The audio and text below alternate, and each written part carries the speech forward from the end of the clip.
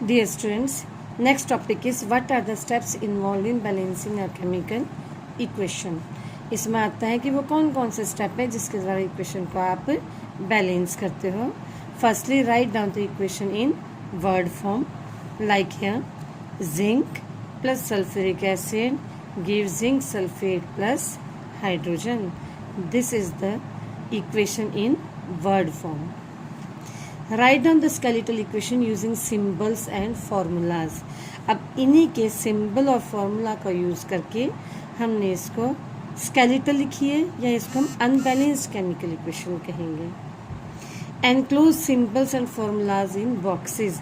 अब इनको बॉक्सेस में डाला है. Why we are using here boxes? So that we can not write anything inside the box. क्योंकि हमें इस बॉक्स के अंदर कुछ नहीं लिखना है, इसके बाहर लिखना है. आप इसके अंदर अगर लिखोगे तो वो सिस्टम रॉन्ग है. हम इन बॉक्स के अंदर नहीं लिख सकते. Check the correctness of no start balancing with compound containing maximum atoms. जिसके पास मैक्सिमम एटम्स है उसको बैलेंस करो. पहले मैं आपको एटम गिनना सिखाती हूँ बेटा. जैसे जिंक है, इधर जिंक लिखा पहले, दूसरा hydrogen and third one, second one sulfur, then hydrogen, then oxygen. Here zinc is 1, here also 1, means reactant में zinc 1 है, product में भी zinc 1 है. sulfur इधर 1 है, reactant में 1 है, product में भी 1 है. hydrogen H2 means 2 है reactant में, product में भी hydrogen 2 है. oxygen reactant में 4 है, प्रोडक्ट में भी ऑप्शन 4 है.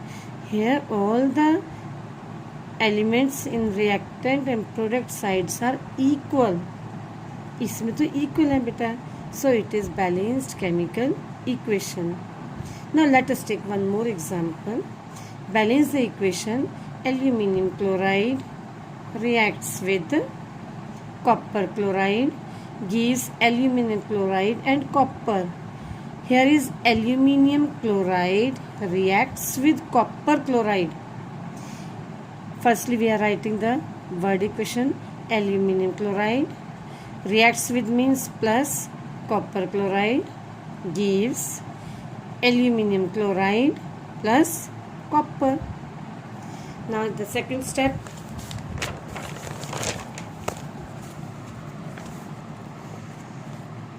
Write the equation in symbolic form. Aluminium plus copper chloride gives aluminium chloride plus copper. बेटा फॉर्मूले बनाने आपने 9th स्टैंडर्ड में सीखे थे. वैलेंसी को यूज़ करके कैसे फॉर्मूलाज यूज़ होते हैं. नाउ एल्यूमिनियम, इसको हमने क्या किया, सभी के आसपास बॉक्सेस लगा दिए क्योंकि हम बॉक्सेस के अंदर कुछ चेंज नहीं करेंगे. कुछ स्टूडेंट्स क्या करते हैं, इधर 2 लिख देते हैं, इधर 3 लिख देते हैं, जो अलाउड नहीं है. सिर्फ आपको जो भी कुछ लिखना है इस बॉक्सेस के इस साइड में लिखना है. इधर यहाँ से लिख के आप इक्वेशन को बैलेंस करोगे. अब इसमें कौन कौन से सिंबल्स हैं. एल्यूमिनियम है, कॉपर है, क्लोरीन है.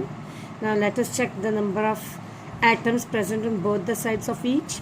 एल्यूमिनियम इधर 1 है, इधर भी 1. कॉपर 1 है, इस साइड में आप देख सकते हो, इधर भी कॉपर 1 है. क्लोरीन इधर 2 है, लेकिन इधर 3 है. अब तो हम सबसे पहले क्लोरीन को लेंगे, इसमें मैक्सिमम नंबर ऑफ एटम्स हैं. इसको बैलेंस करने के लिए हम क्या करेंगे, ये जो 3 है इसको इधर लिखेंगे और ये जो 2 है इसको इधर लिखेंगे. देखो जब हम इसको 3 लिख देते हैं, CuCl2 के पहले अगर हम 3 लिख देते हैं तो इधर क्या बन जाता है, फिर से आप काउंट करो. कॉपर आपके अब पहले 1 था तो आप 3 बन गए. क्लोरीन 3 2 6 मीन्स 3 × 2 = 6 मीन्स क्लोरीन इधर 6 है. आप इधर भी देखो 2 × 3 = 6. क्लोरीन इधर भी 6 है. इधर कॉपर 1 है, इधर एल्यूमिनियम 2 है. तो हमने क्लोरीन को तो बैलेंस कर लिया. अब नेक्स्ट किसको बैलेंस करेंगे, कॉपर को। बेटा कॉपर को बैलेंस करने के लिए क्या किया इन्होंने, एल्यूमिनियम के पहले 2 लिखा और कॉपर के पहले 3 लिखा। ठीक है, now again count, if we count again the elements on both the sides, we see here the all the atoms of each elements are equal on both the sides, so this equation become balanced. अब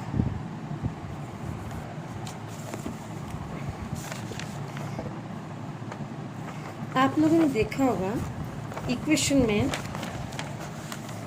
बेटा आप लोगों ने देखा होगा equation में कहीं S लिखा है, कहीं G लिखा है, इस तरह से आपको मिलेंगे। इनका मतलब क्या है, how chemical equation can be made more informative. आप किसी भी इक्वेशन को मोर इन्फॉर्मेटिव कैसे बनाओगे, मीन्स आपने इक्वेशन तो लिख ली, लेकिन उससे आपको ये कैसे पता चलेगा कि कौन सी गैसियस फॉर्म में है, कौन लिक्विड फॉर्म में है, मीन्स और इन्फॉर्मेटिव बनाना है। तो उसके लिए क्या होता है कि आपको फिजिकल स्टेट मेंशन करनी पड़ेगी रिएक्टेंट एंड प्रोडक्ट्स में। जैसे S फॉर सॉलिड, देखो इधर आयरन सॉलिड स्टेट में एग्जिस्ट होता है इसलिए S लिखा है। L फॉर लिक्विड, G और arrow in the upward direction for gas. Iron जब वाटर से रिएक्ट करता है तो वाटर की वो गैसियस फॉर्म से रिएक्ट करता है, स्टीम से, ना कि लिक्विड फॉर्म से, इसलिए हमने इधर G लिखा है।